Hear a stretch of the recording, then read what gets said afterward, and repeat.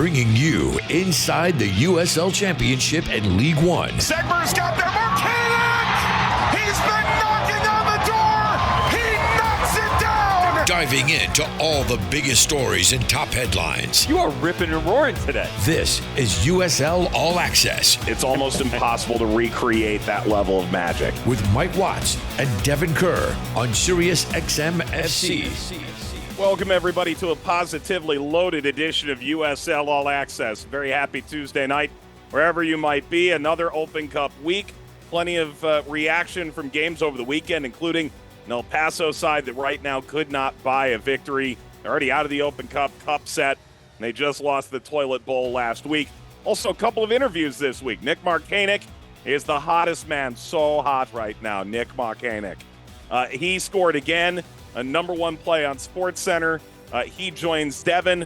James O'Connor, the president of Soccer Holdings in Louisville, will join us, the former head coach there, about what's going on, not only this week playing Seattle at Seattle tomorrow night, but also a burgeoning academy, stadium, training center, state-of-the-art, what's going on in Kentucky. Devin, did you watch anything that occurred in the state of Kentucky over the weekend? I did a lot. I did a lot. I was, however, in my broadcast booth, and my A2, that's the audio guy in the booth for everybody at home that doesn't know that. He helps you. He makes sure you're right. He makes sure that you're wrong. I'm usually both. And he goes, you want to turn the volume up? I fully forgot that we were getting ready to post time and that the Derby was about to take place. But I had nostalgic feelings because I spent my bachelor party split between Nashville and the Kentucky Derby. So I got a little bit of both, mind you. I was getting ready for the ridiculous back and forth game that was Nashville. Who knew they had goals in them? That many. And Montreal. It was a fun one. Good one. Hani, also so hot right now. Yeah, Sam Surge. Hat trick. Yep. Delightful. Yep. Beautiful. Beautiful. How about yourself? What was your weekend like? Because apparently we didn't work together this weekend. No, we didn't. Cross country from Seattle on Saturday morning, landed at 11. Underrated. Doubleheader Saturday night, and went home Sunday and enjoyed the sunshine. I'm great. That's Devin Kerr, of course. Mike Watts as well. Emmett's at the controls. Dev, plenty to chat about. There was actual soccer played. Before we get to that, however, it's worth noting the Open Cup has kicked off tonight, the round of 32. The 8 MLS teams are in. The 8 top-ranked championship teams are in. In total, 20 teams from the championship, 8 from MLS, and the rest from lower divisions. There's a Next Pro team, a League One team, a couple League One teams. Point being, we're calling one of those two. And so it's worth noting, we're double dipping. Our apologies. This was taped in advance. Dev, let's chat about the weekend, however. There were 11 games. Sorry, can it be double dipping if you're doing USL All Access and 2 games? Wouldn't that be triple dipping? We are triple dips. Just saying. What if is it worse to triple dip or double dip? Because if your germs are already there and you're in with a chip, you're in, right? It doesn't matter. 2, 3, 4. You already crossed the line. How big a chip is it that you have the ability, or how small a bite? You're out of your element. You need to go back a couple of weeks. I'm not thinking chips. You need to expand your mind. I'm thinking pretzels. You just verbally mentioned a chip. Your point stands. No. You said double dip. And I said if you dip more than once, you assumed, Mike. If you're taught anything in this business, it's to never assume. Remember? Mandela effect. And let us keep coming back. Let's get to work here, Dev. There were some big results over the weekend. Orange County and Louisville were both off. The other 22 teams in the championship all played. I want to start with Phoenix and Sacramento. First off, Rodrigo Lopez, and we'll touch on what's going on with Rodrigo and his son Roman in a minute. Wow, what a free kick. Unstoppable for Rocco Rios Novo. Remy Cabral scored in that game in the second half in the 66th. It's kind of funny. Phoenix, who sleepwalking, listless, when you push them at home with a great team, they always rise to some extent to the level. No pun intended. Pun intended. You meant that. Okay. All I'm saying is, first off, penalties being retaken. I'm sorry to say, in the box. Also, there was video floating around. If this is penalty getting called back. Why isn't this? Go watch Pro's explanation of the kicking zone. It changed my entire idea of how to feign leading into a penalty. Not that I'll ever take one. Dev, what are your thoughts on what was, look, on paper at the start of the year, Phoenix-Sacramento was probably the best game in the Western Conference. Oh, start of the year. I would probably agree with you. Yeah, it's close to it, You right? thought it. I mean, you would think reigning champ and, I wouldn't say no, but I wouldn't jump into bed with it. Okay. Fair? Yeah. Can we say Sure. that? Can I say that? I think it's legal. Yeah. Okay. Yes, it would be right up there near the top of the list. And as lifeless as the team was, to your point, all of a sudden, you piss them off, man, and they come a roaring. We did say, however, that, and this is very normal for Sac. Sac gets their first goal and they shut things down. I was impressed by Phoenix being a little bit more Phoenix. And what do I mean by that? They were better on the ball, cleaner in decision making. Thought they were much more aggressive coming off the back line. John Morrissey, we probably don't give him enough shout outs. Some of the stuff that he puts out, USL Tactics, I actually thought he hit the nail on the head with how direct they were, specifically at the wingback position and trying to go up over the top, pushing Sacramento back.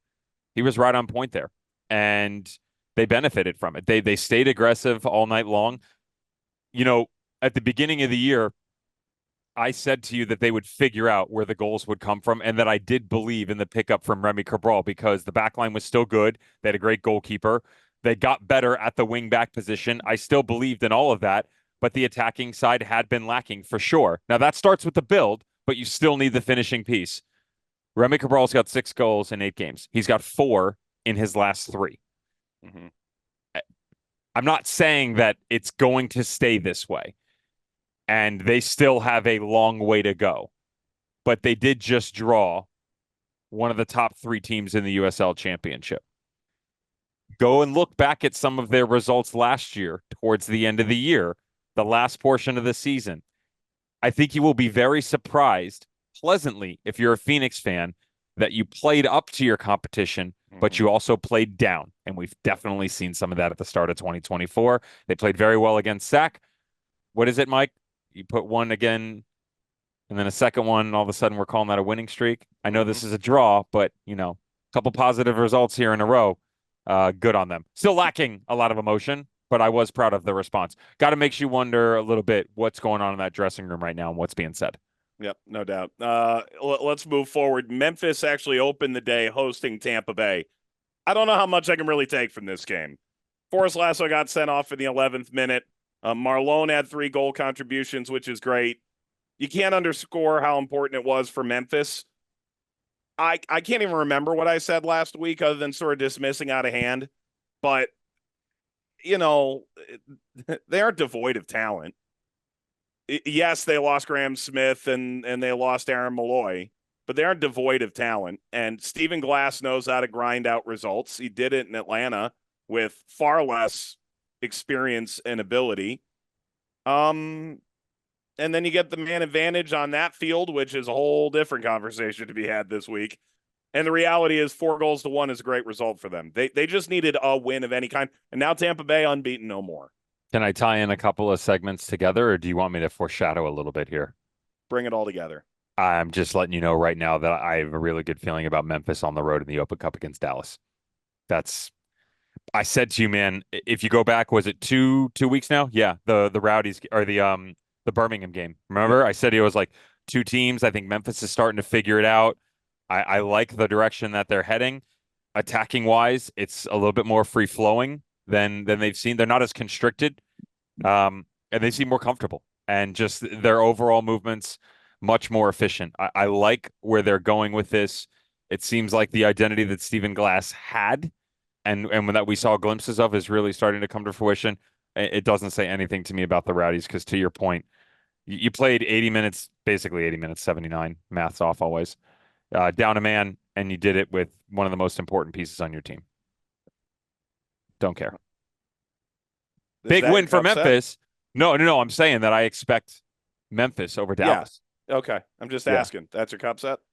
If I had to pick one right now, yes, but I came out a little bit early in the segment, so maybe I'll circle around and have some fun later. You asked me again. Let's see. You asked nicely, Michael. Yeah. Oh, okay.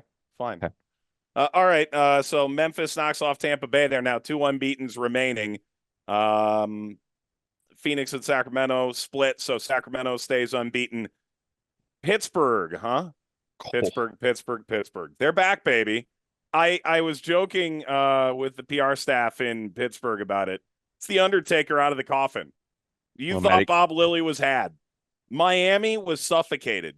Miami had an expected goal of less than a quarter of one goal, not a quarter of Pittsburgh's, less than 0.25. They got murked, absolutely demolished. Like, that's a Pittsburgh masterclass. Miami never felt comfortable. And, like, you go chip off a goal in the first half and see it over the line. Like, that's old school Bob Lilly stuff. I'd like to start with Miami. Gagliardi should stop having the ball at his feet coming out of the goal. That's a whole different kettle of fish. It is really bad. And interestingly enough, I picked up a little tidbit that apparently Nocerino has told the goalkeeper to just let it fly. And he didn't listen against Pittsburgh, and it got him into trouble. They were fortunate to only give up one. I know everybody was really disgruntled, Pound Tan land, about the start to the season. If I was a fan, I would have been frustrated by the results. But if you pay attention, we've been telling you he wasn't going to let it happen. It was going to get better. I don't know in terms of overall growth for a team. Of course, the results have something to do with it. But you know me, I'm a style guy, right? I have to see it, right? Results matter. Eye test. I don't know if I've seen a team grow more in the past 3 weeks than I have out of the Pittsburgh Riverhounds. They were awesome against the Rowdies, right? And it was on the road. It's not easy to go to Al Lang. No goals, though, but played really, really well. I thought the Detroit game, we talked about it last week, their shape, the way that they shut them down, their ability to compress the midfield, stay wide, they've added even more layers to that now. You know, the relationship up top between Edward Kizza and Keziah Sterling, Kizza's willingness to push himself to the outside, get involved in the attack almost as a winger, but then defensively they can jump up into two, press with the two. The midfield three, Griffin, Forbes, Mertz. Mike, correct me if I'm wrong. 2021 was the year that all three of those were together for the first time. Is that right? Or was it 2020? I honestly don't know. I can tell you right now, Robbie Mertz out of college, Pittsburgh 1920, Danny Griffin 20. So it was 2020. And I'll never forget Bob Lilly telling us that was when, you know, the COVID years, we had groups of four, and that group was like Pittsburgh, Hartford, and then the two teams, Loudon and then the Rebel two teams, too. Loudon and Rebel. That's right. And that's right, because Sporting was in Louisville's group. Those groups were fun, by the way. Calling those By the way, I love that Sporting went 4 times to Louisville because they didn't want to pay for home games. So good. Wow. I mean, yeah. They didn't want to open the stadium because they weren't going to sell anything. Sporting's got some solid popcorn there. And the cookies, the buffet in the club level is delightful. Bob Lilly used it's not a groundbreaking phase, but it's something that he doesn't normally do or normally say.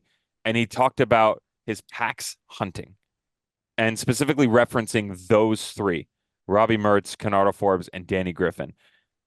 I haven't seen it as fluid since 2020. To be fair, they were separated for a little bit, but these guys, man, if the shape is flat, fine. If Griffin's underneath, fine. If they're in a double pivot with Forbes, great.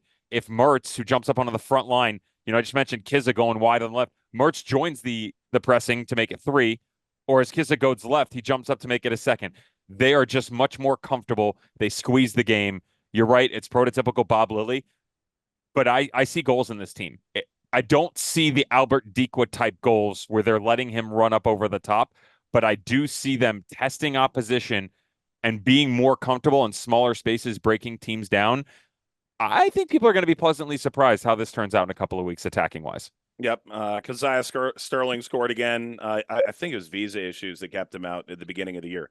They were never full until 3-4 weeks in. How long were they losing? 3-4 weeks. Yeah. So, you don't play with a full deck either. So no, I don't. For what it's worth, Bob Lilly was, from what I've heard in Pittsburgh, unhappy with the performance, felt that the previous one against the Rowdies was substantially better. Ultimately, they've now won 3 in a row, and here come the Hounds.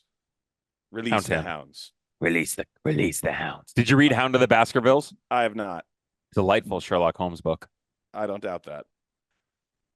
Dev, you're going to chat with Nick Marcanic later, so I'll allow you to sort of tap on Charleston's current unbeaten run, 10 games now when you chat with him. 12th of the year for Marcanic. Ball gets tapped forward to him off a set piece, probably right around head height, 3/4 delivery, jumps on a makeshift bicycle, makes it 1-0. That would ultimately stand against Hartford. Came in the 12th minute of that game. It was more open than it should have been. The big takeaway in talking with Ben Pierman, because they murdered Las Vegas 6-0. Gil Grisham has not solved that murder yet. The historical references shall continue. Yeah. Look, there was 90 seconds into that game, a chance for Las Vegas to go ahead. I asked Ben Pierman, what was the negative of that game? They spent 10 minutes in film breaking down that one individual movement that could have made it 1-0 Vegas, because sometimes that's all it takes. This is a freaky game. The difference between winning 6-0 and losing 1-0 is not as big as you think when you adjust to the fact that you're down 1-0, or in Las Vegas' case, up 1-0. Point being, Romario Williams shoulda, coulda, woulda, took one off the hip, 3 yards away from goal, bangs off the post and out. Could have been 1-1 at halftime. Hartford got their first appearance out of a couple guys. Jordan Scarlett finally in the team. New goalkeeper Henan Ibero made his debut. Beckford playing at wingback, intriguing. They played in a 5. There's enough talent there. Michi Galina did not look good. Whether he was marked out of the game, my basic eye wouldn't be able to tell you. He just never got into it. Charleston's really good. That was not their best performance, but it was more than enough to beat Hartford at this point in time. Meanwhile, Indy and Monterey Bay. Elliot Collier had not scored in 6 years for Indy 11. Now, he played other places for 5 of them, but he had not scored for Indy in 6 years. Most ridiculous way to phrase it when a guy hasn't been there. He was on loan from Chicago in 18, and then he re-signs with them this offseason. 88th minute, that's the winner. Probably more open than it needed to be. Good on Indy to go all the way to Monterey Bay and take something of that game. Last year, they led franchise history 8 road wins. That was top 3 in the championship, and they got one. Big one. They got smacked by Louisville. You and I did that game back on April. Was that the 8th or the 9th? We always argue about this. I'm interested if you agree with this, because Sean McCauley mentioned it, related in part to that game. It was 5-3 on August the 6th, and then the following week they lost 4-2 to Charleston. Charleston, yeah. Right. He said, sometimes commitment to the team and to defending mean doing the 20 yards for a ball you're never going to win. It means staying in position and staying in shape, knowing that it's uncomfortable allowing that to happen. Would agree.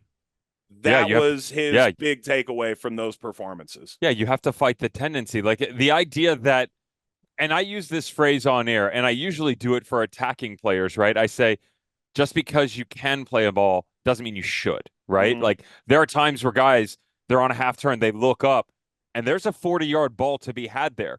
But you have to really take into stock everything that you're doing, because as your momentum's coming one way, if I ping that ball 40 yards, great. It's into space and there's a player there. But defensively, what does their setup look like? Have I now just isolated my one player in space because he's got no support and they're coming back over? Just flip it so that if that same action happens, except I'm now the outside defender, right? The ball goes to the far side of the field and I'm shifting over. If I'm going to the ball, what have I left behind me, right? If I stretch myself, if I'm on the back line and I've got 3 attackers bearing down on me as the ball comes, if I break away, leaving my wingman, as you would, because I love Top Gun, well, I've now just left my guys behind me and hung them out to dry. I'm asking the midfielders to track even further. So it's okay sometimes to concede space. It's very situational for me, right? But the overall structure, another phrase that I use, the waterfall effect. If I go chase that, then the next player has to react. then the next player has to react. The goalkeeper's in there, right? So everybody just continues to funnel to the next one. That's how you get yourselves into the trouble. You fight the urge. You trust all of those movements, the shadow trainings that you do when you're in a session midweek, and say, okay, if I can't win that ball, and maybe sometimes even if I can, is the risk worth the reward? Staying at home sometimes is well worth it. Dev, we'll close with this. You want to give an update on Rodrigo and, of course, Roman Lopez? Absolutely. So Rodrigo came out and on Friday last week, and he responded to the GoFundMe. And at that point in time, the donations had paused. Their current total, by the way, is $34,594. Golf clap to everybody, by the way, for reaching out in the soccer community and beyond, helping spread this message. Luis Felipe Fernandez with Sacramento Republic midfielder started this, and Rober Lopez gave an update on Roman. He said that, and I quote, Roman is currently in SoCal enjoying his time off of school with family. He's loving the beach and all the love from his family back in SoCal. Roman also expressed how grateful he is to have so many people that care about him and support him through this difficult time. Little beach soccer, little opportunity, friendly reminder that through all of this, as we break games down, as we vilify some people and fan bases, as we glorify others, that this is just a game. Things are bigger than that, and we are people. And it is great to see that in such a rough situation, in a time of need, that regardless of race, color, fan base, ethnicity, location, everybody has been so kind to reach out and help Roman. Just hats off to all of those people, and my best wishes, as yours as well, Mike, to Rodrigo Lopez, to Roman, to the entire Sacramento Republic family and beyond. I think it's a great step forward, and obviously we've all got him in our prayers moving forward in about a week's time now. Yep, heart surgery for 9-year-old Roman Lopez is set for May 15th. When we come back, he's the hottest man in American soccer. Messi, Benteke, don't think so. Nick right here. Marcanic. Get it right. And if you're a referee, make sure that you give the right Marcanic the card. That's foreshadowing. That is. Devin interviews Nick Marcanic on the other side of the break here on USL All Access. Let's get back to USL All Access on Sirius XM FC with Mike Watts and Devin Kerr. Welcome back to USL All Access on Sirius XM FC. Devin Kerr here alongside Mike Watts. Mike Watts is actually out walking the cat. Meow. You guys know how that goes. Beautiful evening on this May 7th edition of USL All Access. Currently running with some Open Cup games that are going on. We're actually going to talk a little Open Cup, probably dive a little bit deeper into what has to be the star of the USL Championship right now, and Nick Marcanic. Now, Nick, for all of you that have been living underneath a rock for the past month and really the start of the 2024 season, already appeared in 10 games, already has 12 goals, which has surpassed his output in 2023, and 3 assists to boot. Go a little further. Yeah, there's this guy named Messi down the street in Miami. Yeah, put him in his back pocket right now, at least for this moment. 12 goals is the #1 goal scorer in North America. Dear Lord, my man. I mean, that is some kind of intro to the 2024 season. Thank you for joining us, first and foremost. And the second part of that is going to be, should we all have expected this, or are even you a little bit surprised to the start to the year?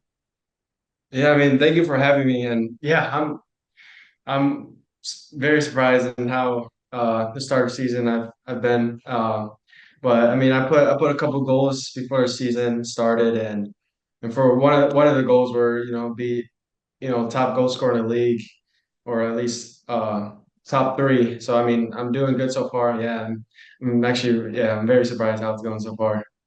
Love that. Still retaining confidence, though, respectfully. You're scoring goals all over the place, man. It's I've always said about Ben Pierman and his systems, whether when he was at Memphis or at the Charleston Battery, they're predictable, but in the best of ways. Extremely difficult to handle defensively because there is an ebb and flow with it that at times can be unpredictable because of the versatile players like yourself. So I want to go back to college here for a second, your time at Northern Illinois. Talking to Ryan Swan before you were coming out in the 2022 MLS Super Draft, he talked about your profile and how you and your brother, Anthony, who's now at St. Louis City, we'll get there in a sec, changed the dynamics of the program. He had never had really players of your stature, specifically left footers. All of a sudden he had two. But he said that you kind of operated all over for him, that maybe your best position was going to be a 9, that at the end of your college career, you kind of operated as a 10, but furthermore, felt like you needed to progress as a player, getting comfortable in some areas, spaces that you weren't accustomed to, runs off of a ball, things of that nature. And funny enough, everything I see from you from the Charleston Battery is just of that. So would you agree with him, first of all? And the second part would be is, where do you think you've made the most progress so far at the professional ranks?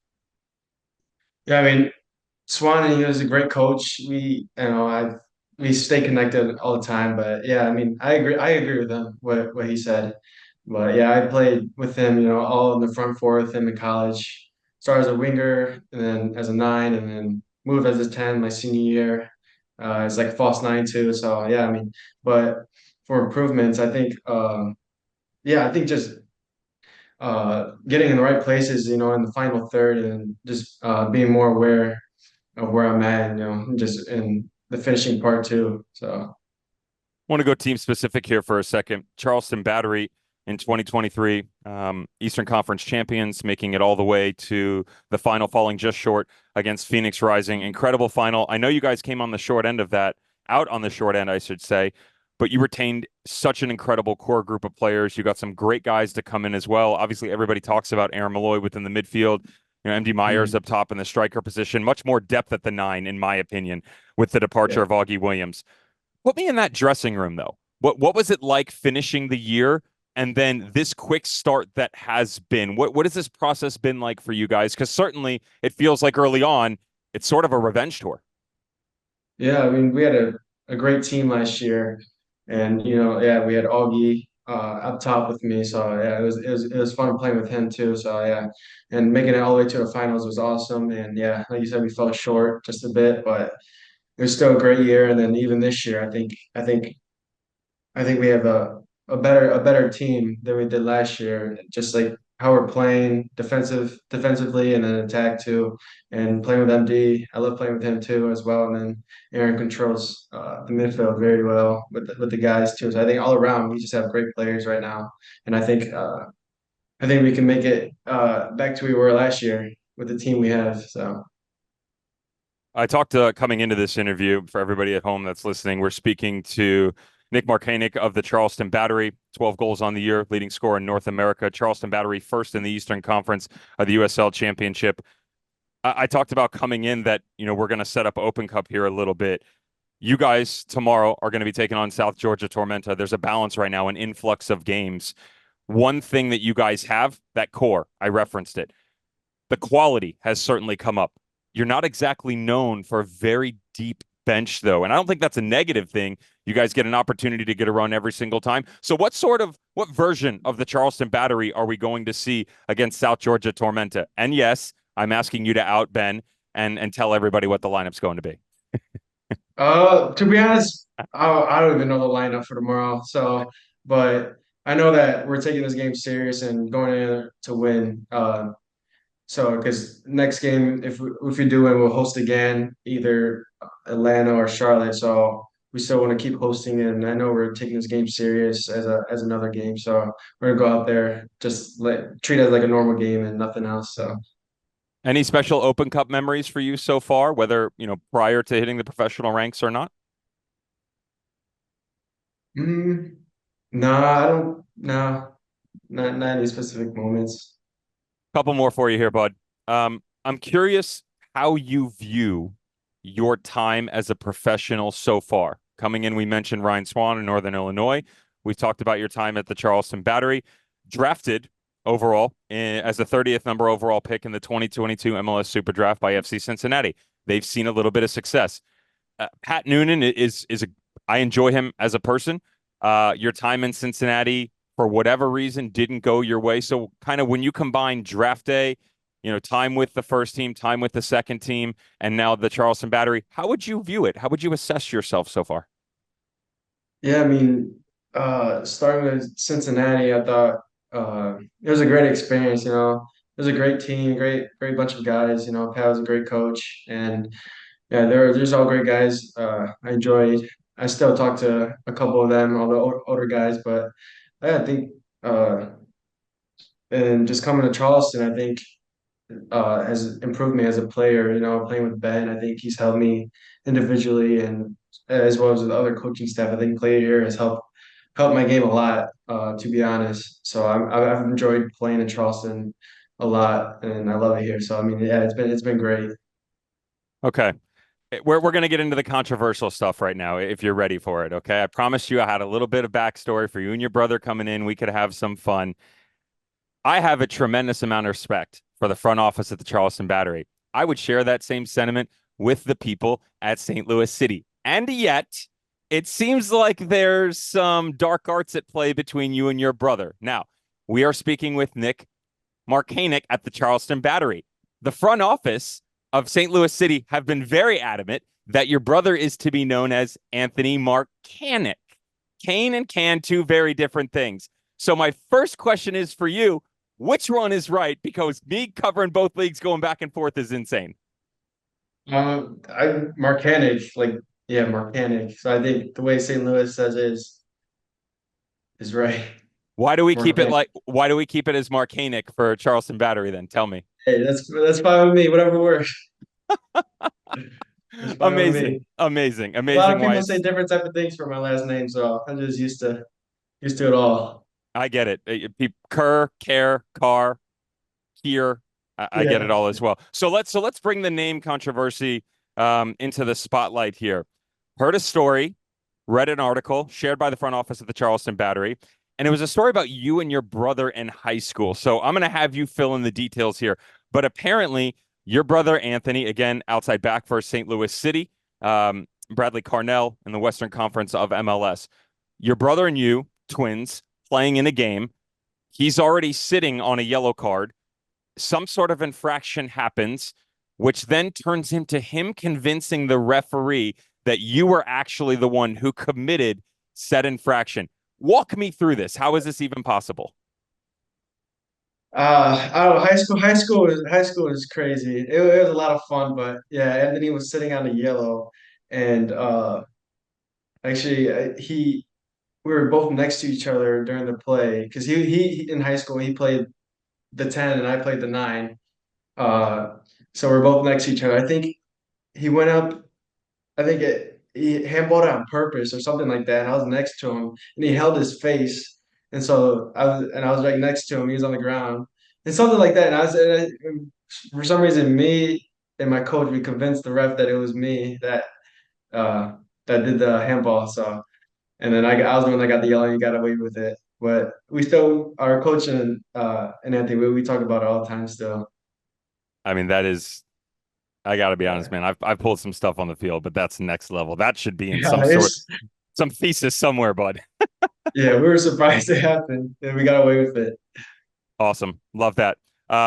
Again, talking with Nick, we're going to change it right now officially. Nick Markanek of Charleston Battery in the USL Championship, atop the Eastern Conference, #1 scorer in North America, 12 goals in just 10 appearances so far, 3 assists to boot, which puts him in second place in what I call the golden ball in terms of creativity for the USL Championship. Charleston Battery will be in action tomorrow night, 7 p.m. Eastern Time against South Georgia Tormenta in their U.S. Open Cup match.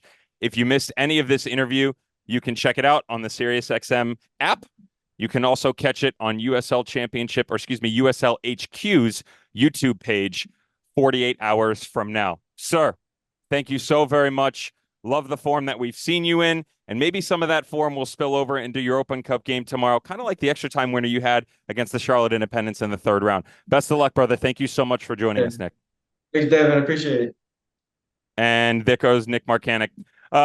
Yeah, he's pretty incredible, on fire right now. A story that if you would have seen him at the collegiate level, you would know right away that there's no questioning on the talent whatsoever. Great to see his continued development. I'm now going to go get the cat from Mike Watts. I'm going to go on a walk with the cat. He's got James O'Connor, the front man for the always perennial powerhouse in the USL Championship Eastern Conference, right around the corner. Don't go away. You're listening to USL All Access on Sirius XM FC.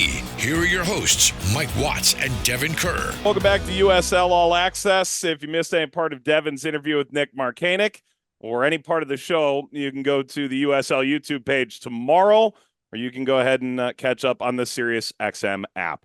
Happy to be joined by the president of Soccer Holdings, the former head coach at Louisville City, the inaugural coach of the franchise, went for a brief time back to where the franchise really started, spiritually, so to speak, in Orlando, returned a few years back. James O'Connor joins us here on USL All Access. James, I can't tell you how much I miss logging on to coach calls and hearing, it gives you a prompt like, announce yourself, and you just go, James O'Connor, and nothing. I love it. Good to see you again, buddy. Great to see you. Yeah, glad to see you doing so well, Mike. Yeah, no, 10th anniversary season. I mean, it's got to be just sitting in the office that you're sitting in must feel like a complete juxtaposition from where you were 10 years ago. Yeah, no, we certainly well, very proud of obviously our history, but it's from where we started to sort of to where we are. I think it's been an incredible journey, and kudos to our ownership group. I mean, they've made some significant investment to be able to help create the infrastructure, but we're obviously very, very pleased and very proud of everything we've got here. Yep, incredible academy, W League, NWSL, USL Championship, juggernaut, all in the same building. Of course, someone has to oversee all that.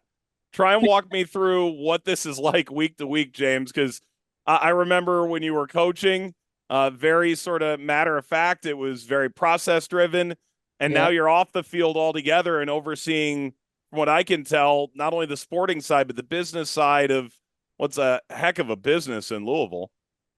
It is. No, I think we're very fortunate. We've got a phenomenal chairman in John Neese. I think John obviously has been a great leader, phenomenal businessman. So I think for us, being process driven, whether it's on the field or off the field, is really important. And I think that's something we sort of pride ourselves on, is making sure that there's a strong process. And ultimately, you need good people, so you need people that are intentional about understanding culture, and then leading each department the way candidly we expect. So it's busy, but it's also great, and I feel sort of very lucky to be in the position I am and working with the people I am. It's Monday when we're recording this, obviously airing Tuesday night. What's a normal Monday for James O'Connor in this role? So I would check in with Danny. I've got a phenomenal relationship with Danny, so I'd check in with him sort of pretty much every day. Business side, we've already had the executive team meeting. Partnership side, we've just had that meeting with business intelligence manager after this, with the ticket department. So it's, they're busy days. Obviously racing played yesterday, they're traveling back today. So it's you're managing sort of many pieces, but I think having great leaders within our organization, and then just being intentional about checking in with each department and each leader, and just making sure that they're getting the support that they need is probably how I would describe it. So you mentioned the investment that's come from ownership. Stadium, training center, the academy is producing, and whether it's winning or simply unbeaten until this past weekend, organization has only suffered 2 losses on the professional side between the men and the women to this point. What's the next step as an organization? What's the next horizon for you as you look out? Yeah, I mean, I think for us, we obviously want to be really intentional about our growth, and I think we've grown so quickly over the last few years. It's understanding that growth, and then making sure that candidly we are best in class, and I think that's probably the biggest thing from our ownership group is trying to become best in class. So I think we take that sort of mindset and try to project it across all the different elements of the business. And then also when it comes to on the field, we obviously want to try to win as many games as we possibly can. So you get into the academy aspect, you then look at the growth of the academy, you look at opportunities for academy players, and just again being intentional about creating pathways. And I think we've done a good job with that.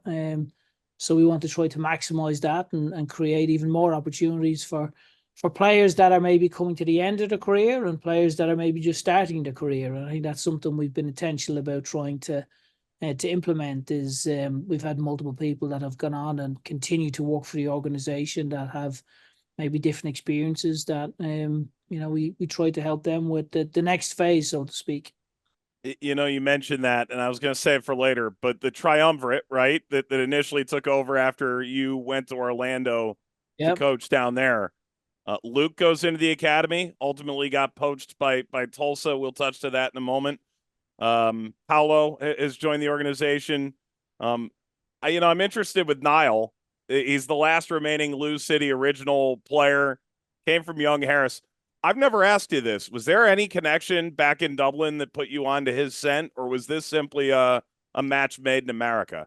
Yeah, it was purely I got sent some footage. I'd looked at his footage, liked what I saw. And that group, we actually did an open it was an invitational tryout. It would have been probably around the November of 2014. And when I tell you it was freezing cold and lashing, and we had in that particular group, there was Niall McCabe, there was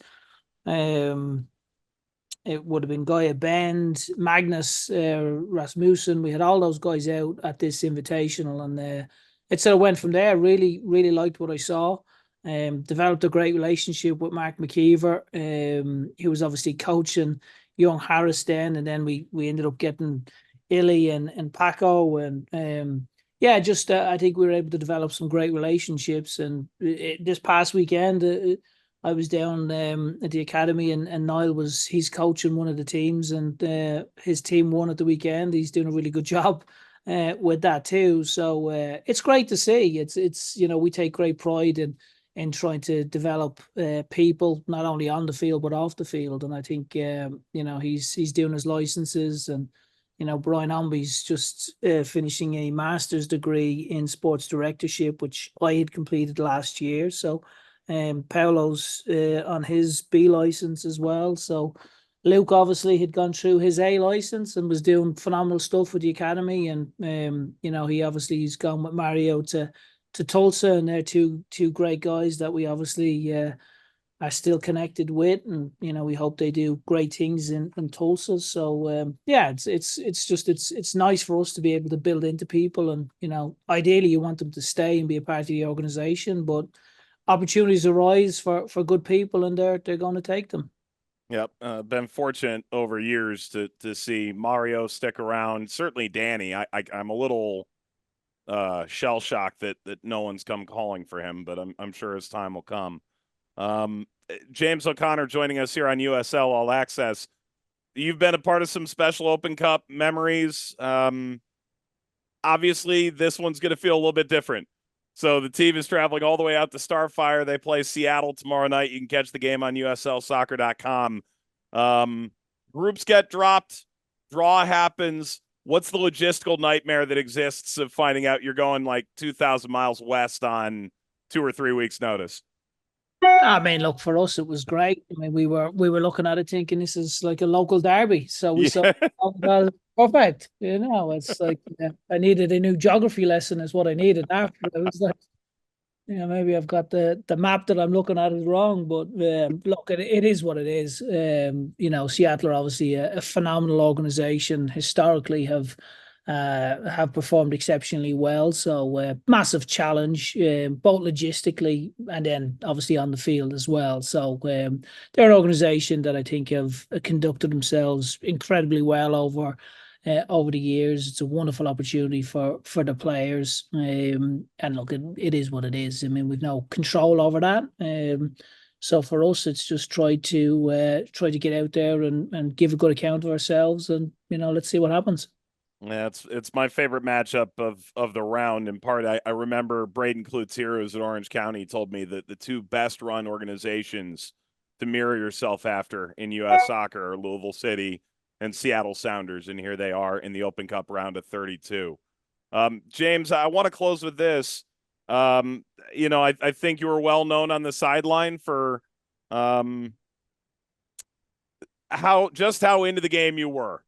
I don't think anyone would ever doubt your passion from the touchline when you were coaching. What's it like sitting with you? Are you in the owner's box? Are you a pacer? Do you? Oh, I move around. Yeah, no, I'll stay. I get on great with John, so I'll see John. And I'll be in his suite for a bit, and then I watch the game upstairs with our analyst for a little bit. Yeah, and then at halftime you're getting around to see some partners, and then you're watching the game. Yeah, your passion sort of never goes away. So it's yeah, I mean, like everything, you just have to try to channel it a different way. But I get on great with Danny. Danny is a phenomenal way of managing game day. He's got a strong process, which we all thoroughly believe in. But yeah, I mean, I think that passion is always going to be there for sure. Yeah, that's probably the most polite way I can answer it. Would you ever be interested in getting back on the field? I don't know, to be honest with you. I really enjoy working with Danny. I feel as if Danny has grown tremendously in the last couple of years. I think for me, obviously, I'm going to be biased. He's the best up and coming young coach in the country, and we're enjoying our time together. But the level of success that he has had, and hopefully will continue to have, I think it's a matter of time before somebody will come calling. So for us, we're just trying to enjoy the relationship, try to help each other as much as we possibly can, and try to win as many games as we possibly can. I think we're all really passionate about winning, and I think there's great alignment with that. And yeah, that's hopefully will be the case for the next few months as well.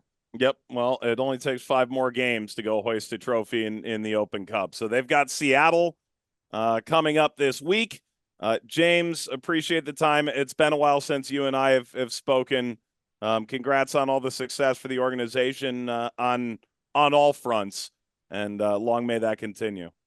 Brilliant. Yeah, great to catch up, and I'll see you soon, Mike.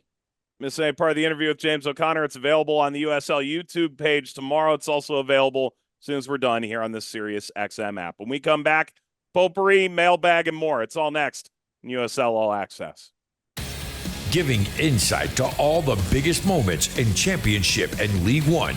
This is USL All Access on Sirius XM FC with Mike Watts and Devin Kerr. Welcome back to USL All Access, where this week I am taking no sides, and Devin is both a league man and an Omaha man. Mike, Devin, Emmett, here we go. Dev, pick a cup set. You may have already. Double points if you pick a game that's already in progress because you don't know the answer. I'm in between New Mexico and RSL, or Louisville at Seattle.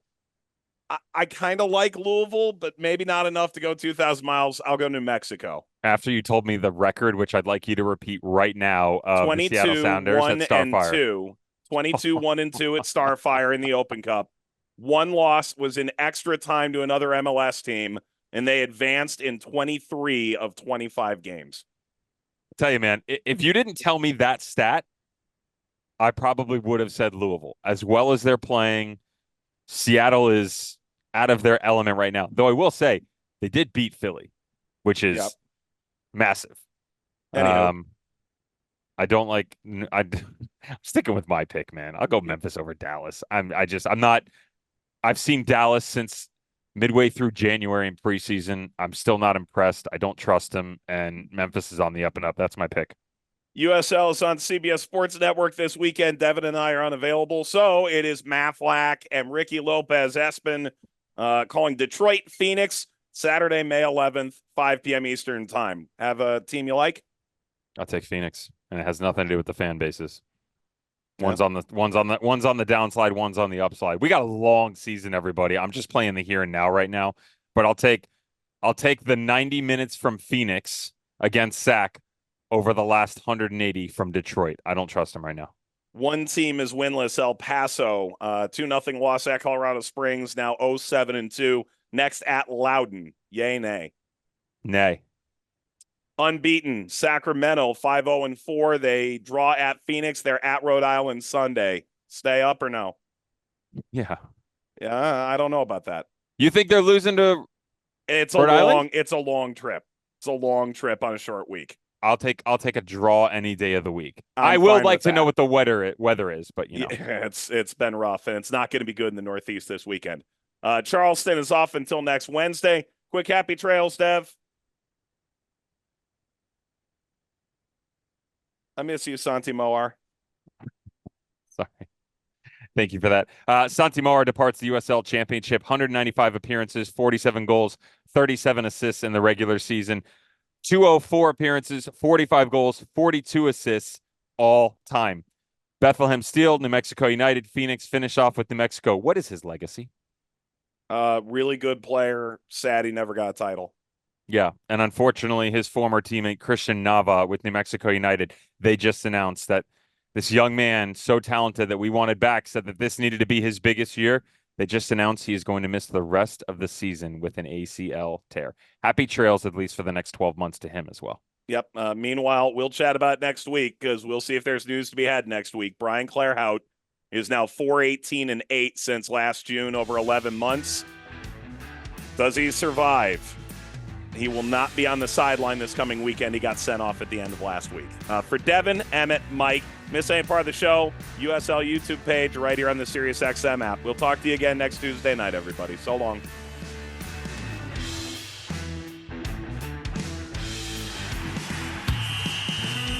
This is USL All Access. If you missed any portion of the program, listen back anytime on the SXM app.